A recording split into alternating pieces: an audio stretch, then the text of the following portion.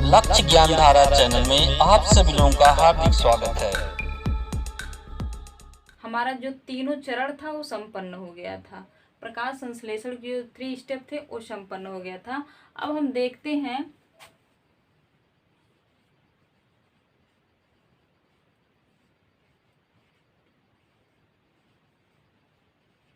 प्रकाश संश्लेषण का रासायनिक सूत्र। रासायनिक सूत्र क्या होता है? तो हमारा क्या होता है, 6CO2 प्लस 12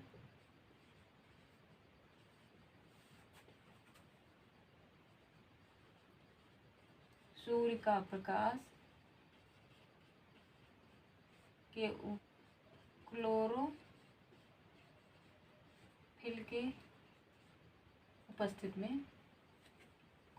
के उपस्थित में फिर हमारा क्या बनता है, C6H12O6 हमारा क्या बन गया, glucose plus 6O2 plus 6H2O 6CO2 plus 12H2O सूर्य के प्रकाश और क्लोरोफिल के उपस्थित में क्या बनता है, ग्लूकोज प्लस ऑक्सीजन और जल। ठीक है, रासायनिक सूत्र कंफर्म हो गए। ठीक, हम उसके प्रभावित करने वाले कारक देख लेते हैं, उसके बाद हमारा प्रकाश संश्लेषण खत्म हो जाएगा। देखिए यहाँ पे दूसरा क्वेश्चन कौन सा पूछेगा, हमारी प्रकाश संश्लेषण की क्रिया तो समझ में आ गई, खत्म हो गई। अब दूसरा क्वेश्चन अगर लांग में पूछेगा तो क्या कह के पूछेगा, प्रकाश संश्लेषण को प्रभावित करने वाले कारक कौन कौन से हैं। तो हमारे प्रकाश संश्लेषण को प्रभावित करने वाले कारक मुख्य रूप से 2 हैं। कौन कौन से हैं, अंतः कारक और एक है बाह्य कारक। ठीक है, अंतः कारक में क्या आ जाएंगे, नंबर 1 पत्ती की संरचना। दूसरा हमारा क्या हो जाएगा, रंध्र का संरचना। दूसरा क्या हो जाएगा हमारा, रंध्र का संरचना। तीसरा हमारा हो जाएगा संख्या और वितरण।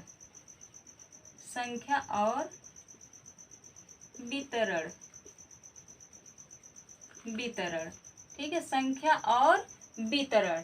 अंतः कारक में कौन कौन से आएंगे, पत्ती की संरचना, रंध्र का संरचना, संख्या और वितरण हो जाएगा। और बाह्य कारक में क्या हो जाएगा हमारा, नंबर 1 प्रकाश,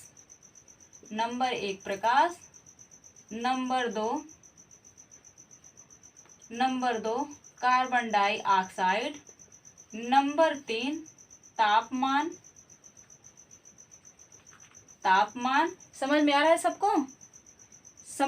सबको, ना। चौथा, अभी एक एक पॉइंट को समझा रहे हैं। चौथा हमारा हो जाएगा खनिज तत्व। देखिए, प्रकाश संश्लेषण को प्रभावित करने वाले कारक मुख्य रूप से 2 हैं, अंतः कारक और बाह्य कारक। अंतः कारक में आएंगे पत्ती की संरचना, रंध्र का संरचना, संख्या और वितरण। देखिए पत्ती की संरचना क्या है, देखिए हमारी पत्ती जितनी चौड़ी होगी और जितनी आकार में सही होगी उतना ही क्या है, प्रकाश का अवशोषण होगा। देखिए एक छोटी सी पत्ती उठाते हैं, ठीक है, एक छोटी सी पत्ती, ये हमारी क्या है, छोटी सी पत्ती है, और एक हमारी क्या है, ये बड़ी सी पत्ती है। ठीक है, अब देखिए इस पे जो प्रकाश पड़ेगा सूर्य का, इस पे जो प्रकाश पड़ रहा है ये कम क्षेत्र में पड़ रहा है, तो यहाँ पर प्रकाश संश्लेषण की क्रिया भी कम होगी। यहाँ पर प्रकाश जो है बड़े क्षेत्र में पड़ रहा है, पूरा देखिए पूरे पत्ती पे पड़ेगा, तो यहाँ पर प्रकाश संश्लेषण की क्रिया अधिक होगी, यानी पत्ती की संरचना क्या है, हमारे प्रकाश संश्लेषण को प्रभावित करेगी। दूसरा, रंध्र का संरचना। रंध्र का संरचना, तो देखिए ये जो हमारे धूप के अवशोषण के लिए, प्रकाश के अवशोषण के लिए पत्तियों में छोटे छोटे क्या पाए जाते हैं, रंध्र पाए जाते हैं। छोटे छोटे क्या पाए जाते हैं, रंध्र पाए जाते हैं, जिसके माध्यम से प्रकाश का अवशोषण होता है। अब देखिए रंध्र कैसे, रंध्र का संरचना कैसे प्रभावित कर रहा है। जिस पत्ती में रंध्र की संख्या जितनी अधिक रहेगी, प्रकाश का अवशोषण भी वह उतना अधिक कर पाएगा। बात समझ में आ रही है ना। रंध्र की संरचना, पत्ती में छोटे छोटे रंध्र पाए जाते हैं और रंध्र द्वारा क्या होता है, प्रकाश संश्लेषण का प्रकाश का अवशोषण होता है। तो जो पत्ती छोटी सी रहेगी उस पर थोड़ा सा प्रकाश पड़ेगा, तो उसमें प्रकाश संश्लेषण की क्रिया कम होगी। और जहाँ पे देखिए पूरा बड़ा सा पत्ती है, तो उसके प्रत्येक भाग में जो है कि हमारे प्रकाश संश्लेषण की, अब जल इस तरह एक ही जगह थोड़ी नहीं है, पूरी पत्ती में जल हमारा उपस्थित है।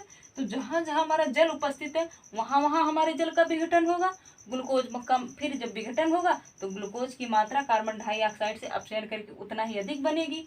तो ठीक है, तो यानी पत्ती रंध्र का संरचना हमारी प्रकाश संश्लेषण को प्रभावित करता है। अगर रंध्र की संख्या जितनी अधिक रहेगी, प्रकाश संश्लेषण की क्रिया उतना अधिक होगा, और रंध्र की संख्या जितनी कम होगी, हमारा प्रकाश संश्लेषण की क्रिया उतना कम होगा। अगर संख्या और वितरण, अब देखिए कोई एक पेड़ है, कोई हमारा एक पेड़ है, इस पे पेड़ बहुत बड़ा और बहुत घना है। ठीक है, ये पेड़ क्या है, बहुत बड़ा और बहुत घना है, और ये समझ में आ गया होगा।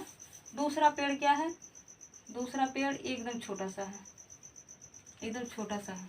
ठीक है, अब देखिए, अब इसमें संख्या पत्तियों का अधिक होगा, इसमें पत्तियों का संख्या कम होगा। ये ज्यादा क्षेत्र में घेरा है, इसका वितरण क्या है, ज्यादा क्षेत्र में हुआ है, इसका वितरण कम क्षेत्र में हुआ है। तो बताइए संख्या और वितरण, इसमें संख्या अधिक है, क्षेत्र भी ज्यादा घेरा है। जब क्षेत्र ज्यादा घेरा है तो प्रकाश भी उतना ज्यादा पड़ेगा, यानी प्रकाश संश्लेषण क्रिया उतनी अधिक होगी। इसका वितरण कम है, इसमें पत्तियों की संख्या भी कम है, तो इसमें प्रकाश संश्लेषण क्या होगा, कम मात्रा में होगा। ये हमको लग रहा है अंतःकारक अब समझ में आ गया होगा, अंतःकारक समझ में आ गया होगा।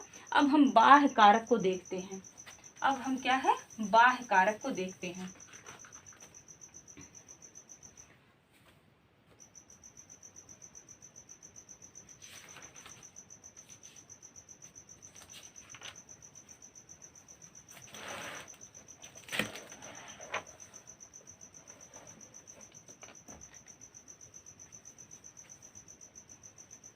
बाह्य कारक को देखते, देखिए पहला है प्रकाश।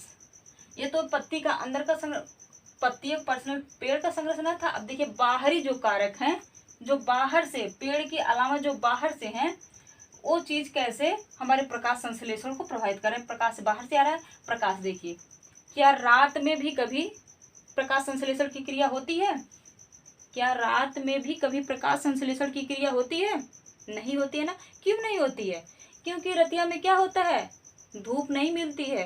रतिया में क्या होता है, धूप नहीं मिलती है, प्रकाश नहीं मिलता है। जब प्रकाश आएगा ही नहीं तो हमारा जल का विघटन ही नहीं होगा। जब हमारे जल का विघटन नहीं होगा तो हमारी प्रकाश संश्लेषण की क्रिया नहीं होगी। यानी प्रकाश क्या करता है, प्रकाश हमारे प्रकाश संश्लेषण की क्रिया को प्रभावित करता है। ठीक है, और दूसरा है कार्बन डाइऑक्साइड। अगर बताइए हमारे वातावरण में जितने पेड़ पौधे को कार्बन डाइऑक्साइड चाहिए, ठीक है, यहाँ पे मान लीजिए हमारा जल का अणु टूट गया, जल का अणु टूट गया और ऑक्सीजन निकल गया, ऑक्सीजन तो गया, ऑक्सीजन गया छोड़ के, इसको हाइड्रोजन अभी बैठा है। तो हाइड्रोजन को अगर हमारे कार्बन डाइऑक्साइड नहीं मिलेगा तो अपचयन किससे करेगा भाई, किससे अपचयन करेगा, उसका अपचयन होगा। जब अपचयन ही नहीं होगा तो हमारा ग्लूकोज ही नहीं बनेगा। ठीक है, हमारा ग्लूकोज ही नहीं बनेगा, और जब ग्लूकोज नहीं बनेगा तो क्या होगा, पेड़ पौधों में एनर्जी की कमी हो जाएगी। यानी कार्बन डाइऑक्साइड की मात्रा भी हमारे प्रकाश संश्लेषण की क्रिया को प्रभावित करती है। ठीक है, कार्बन डाइऑक्साइड जितने अच्छे मात्रा में मिलेगा पेड़ पौधों को, उतना ही अधिक मात्रा में क्या यहाँ पे ग्लूकोज बनेगा, हाइड्रोजन से अपचयन क्रिया करके। और तीसरा हमारा तापमान है, तीसरा हमारा तापमान है। देखिए पेड़ पौधों के लिए ना चल भी नहीं रहा, रुकिए एक मिनट।